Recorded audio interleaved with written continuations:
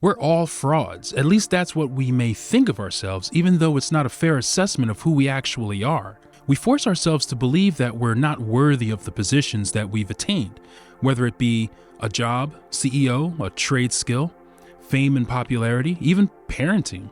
And we could be rock stars at it, but we just feel like frauds no matter what. This phenomenon is often referred to as imposter syndrome. It's not a disease or an abnormality, and it's not necessarily linked to cognitive issues like depression and anxiety or self-esteem. Sometimes these negative thoughts are so powerful, it may cause you to miss out on higher paying jobs, promotion opportunities. You may take less beneficial risks because you lack the confidence in yourself to move beyond your comfort zones. So where do these false ideas and thoughts of ourselves come from, and how do we get rid of them? On this episode of Shots from the Winchester, learn about imposter syndrome and 5 tips you can use to retake your self-worth. Let's break it down.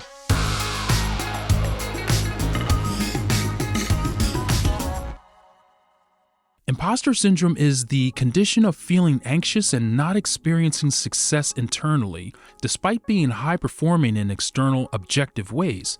This condition often results in people feeling like a fraud or a phony and doubting their abilities in themselves. We have routines in life, but life itself is not routine. There's all kinds of bumps in the road that we need to navigate, and sometimes that causes us to feel inadequate when encountering challenges. We're all dealing with something called pluralistic ignorance. We all doubt ourselves privately and think we're alone in our feelings. But then we also unfairly validate our negative feelings of ourselves and compare ourselves to our cohorts, our friends, family, and business associates.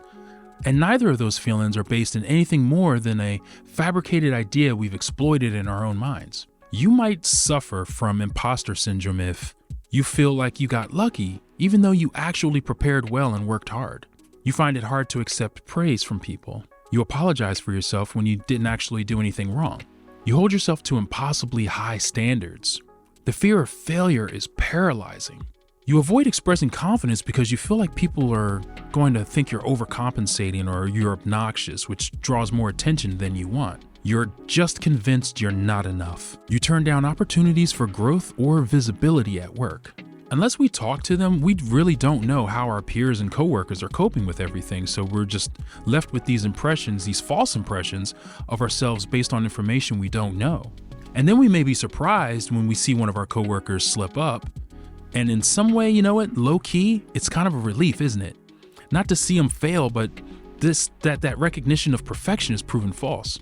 And we think perfection means that we need to be the best at something, but being the best at something doesn't mean that we've reached the Narnia of perfection.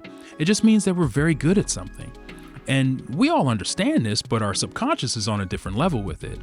And it has us measuring our success while balancing on a scale of doubt. And so maybe we're not imposters, maybe we're not frauds. Maybe it's just another leftover defense mechanism from our hunter-gathering ancestors like ADD and ADHD. And we'll talk about that in another video. What is the root cause of imposter syndrome? Well, it's debatable, but the main cause includes family dynamics. Family expectations and the value of success and perfection in childhood can stay with an individual throughout their life. Cultural expectations also. Different cultures put different values on education, career, and different definitions of what success looks like. This means that we put a lot of pressure on ourselves to meet up to standards, whether they're our own standards or the standards of others.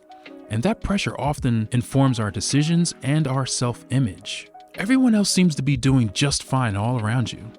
Even when you catch accolades, you feel it's not that you deserve it.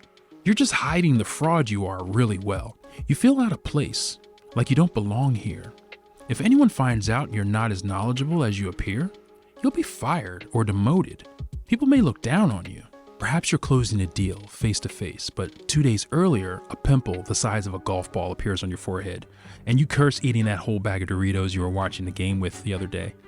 Automatically, it's obvious to you the investors are looking right at that light bulb shaped object protruding from your forehead rather than the reputation and integrity of your namesake. But the pimple is bigger than you now, bigger than the rest of the world. It shakes your confidence. You run from the office in the middle of the meeting with a file folder covering your forehead and your line of sight. You rush to escape the embarrassment, hit the door to the dark staircase where your blocked vision causes you to stumble down the stairs into the den of a lion who lives on the platform between floors and makes you his den toy. All because you couldn't stay calm and carry on. That last part was just to see if you were still awake. In reality, your performance is stellar. No one cares about your pimple. You're hitting the deadlines. Life is good. But the thoughts are still there. They keep coming daily and situationally. Imposter syndrome isn't always debilitating, but it can be if you allow it. So how do we deal with this? Fortunately, there's a lot of ways to deal with imposter syndrome. Some folks go to the extreme end of it and sound like they know it all, but they don't. It's actually just a front, possibly to protect themselves from appearing like frauds. It's debatable, but that's a phenomenon known as the Dunning-Kruger effect. And I got a whole video on that, so check the link below. 5 tips to combat imposter syndrome. Number 1, know you're not alone. You think of anyone you might consider a mentor or a role model, and they're dealing with this, or they may have dealt with this, at least at some point. From your friends and bosses to celebrities like Taylor Swift and Drake, Master Yoda. Deal with this. I do not. Yoda, hot mic. Imposter. I am not. Not calling you a fake Master Yoda. I'm just going to put your chat on mute, and I'm just going to push you aside right there before you force choke me. There we go. You can't really escape it, right? Imposter syndrome is so common it can occur across any age group, gender, profession, racial demographic. Individuals from minoritized groups may be more likely to experience it due to racism, social stigmas, and microaggressions. Just try to recognize that you're not alone. Number 2, let go of perfectionism. Perfectionism is fuel for imposter syndrome. When you feel like a fraud, it's because you're comparing yourself to others or some idea of perfection that may be unattainable. Trying to attain perfection can actually be counterproductive, as it could hold up projects or prevent things from getting done entirely. Number 3, be kind to yourself. You don't need to be an expert every day. Take some pressure off yourself. When you start having those thoughts that tear you down, think about your goals and ground yourself. I mean, they're just thoughts when you think about it. Thoughts cause reactions in us that can work for us and against us. That dichotomy is the daunting complexity of the human condition and the divine comedy that we call life. So welcome to the party. 4, talk about it. One of the best remedies of imposter syndrome is to have a conversation with a close friend or a colleague. They can help you realize accomplishments you've overlooked, like only being 6 months into a new business when you feel like it's been a year already and what do you have to show for it? And then they tell you to calm down. You just started your business and look how much you've gotten done already. We put too much emphasis on perfection and not enough on transparency. That's leading us down a dark path. Sometimes if you talk about it to someone, they may reveal their own insecurities around similar situations in their own life, past or present. That can help put you at ease and give you some insight on how others are coping with imposter syndrome. 5, break your comfort zone. It's common that people turn down career opportunities because they don't believe that they have what it takes to do the job. Think about it. Are you unworthy of the position that you're going for, or are you reasonably qualified or unqualified? If you think you're unworthy, then that could be imposter syndrome. As the great poet Ice Cube once said, you better check yourself before you wreck yourself. Try to remember what's driving you forward. And if you're not sure what that is yet, that's okay. Make sure you're looking for that drive every day. Look for it in everything you do, and once you find it, stay on track. And don't let imposter syndrome send you off the rails. So next time you look around and you think everyone's nailing life, but those sneaky thoughts of being an imposter just won't quit, don't let it fuel your self-doubt. Nobody's perfect. Just hold your head up. Talk to someone. You're not alone.